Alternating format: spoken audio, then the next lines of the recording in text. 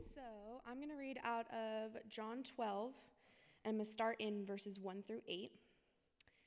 6 days before the Passover, Jesus came to Bethany where Lazarus was, the one Jesus had raised from the dead. So they gave a dinner for him there. Martha was serving them, and Lazarus was one of those reclining at the table with him.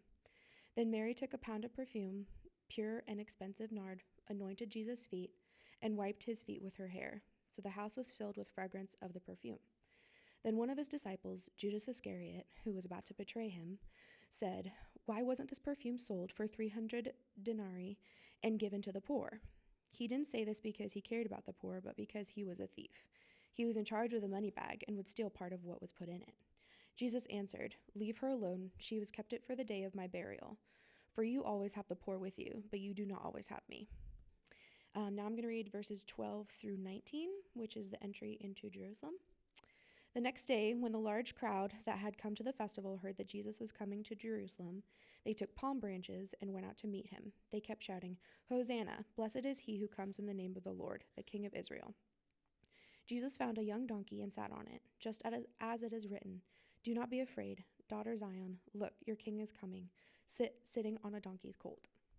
His disciples did not understand these things at first. However, when Jesus was glorified, then they remembered that these things had been written about him and that they had done these things to him.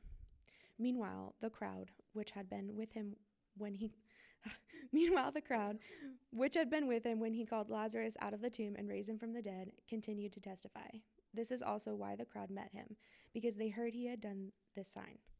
Then the Pharisees said to one another, "You see, you've accomplished nothing. Look, the world has gone after him." Thank you, Jenny.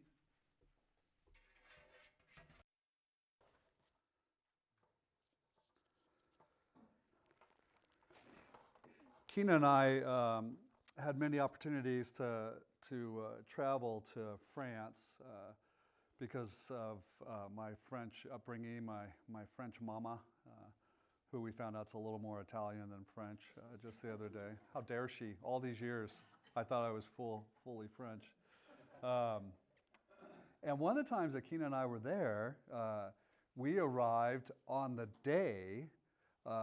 We got on the subway and the metro, and we rode into town and downtown Paris, where the Arc de Triomphe is, and we stepped off the train, went up the big escalator to the top, came on to the Champs-Élysées, and there was 1 million plus people there.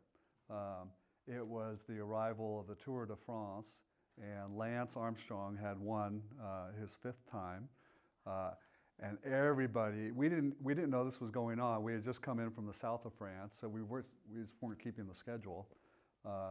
And sure enough, we end up on the Champs-Élysées again with everybody chanting and so excited about the victory, and everybody, as he's finally coming into town, we were fortunate enough to get a little cafe table right on the Champs-Élysées as he's riding into town, and just thousands upon thousands just chanting out, "Lance, Lance, Lance," and everybody wanted to touch him and to greet him and celebrate this victory, which we found out later was, not so much a victory. But in the moment, what a great celebration of chanting out and being with all the crowd. Hey, can we get a glimpse of him? Everybody was trying to get it's so crowded of people. And this is the scene going on in Jerusalem on Palm Sunday. Hundreds of thousands come in to town and to celebrate the Passover.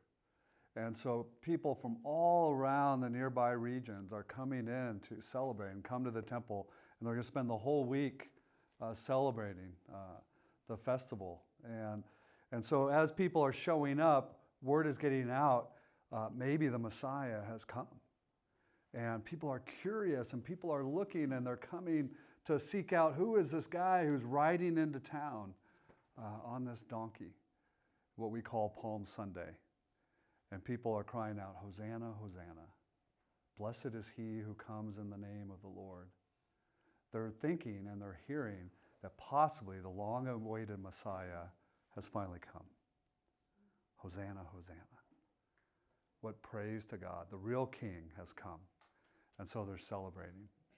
And so on this day, all throughout churches, all throughout the nation and the world, we speak of Palm Sunday.